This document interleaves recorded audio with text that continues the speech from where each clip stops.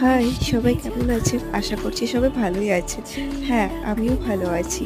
কি সুন্দর এই ফুলগুলো, তাই না? খুব মিষ্টি ফুলগুলো। আমার ছাদ বাগানে এত হয়েছে, সূর্যের আলোর সাথে সাথেই ফুলগুলো এত সুন্দরভাবে প্রস্ফুটিত হয়েছে, মিষ্টি কালার একটা। তো আমি এর ভিডিও না করে থাকতেই পারলাম না। এর কিছু ফটোশ্যুট, ভিডিও শ্যুট করলাম। আমরা এই ফুলটাকে বোতাম ফুল বলে চিনি। আপনারা কে কী নামে এই ফুলটাকে চেনেন? কমেন্টস করবেন।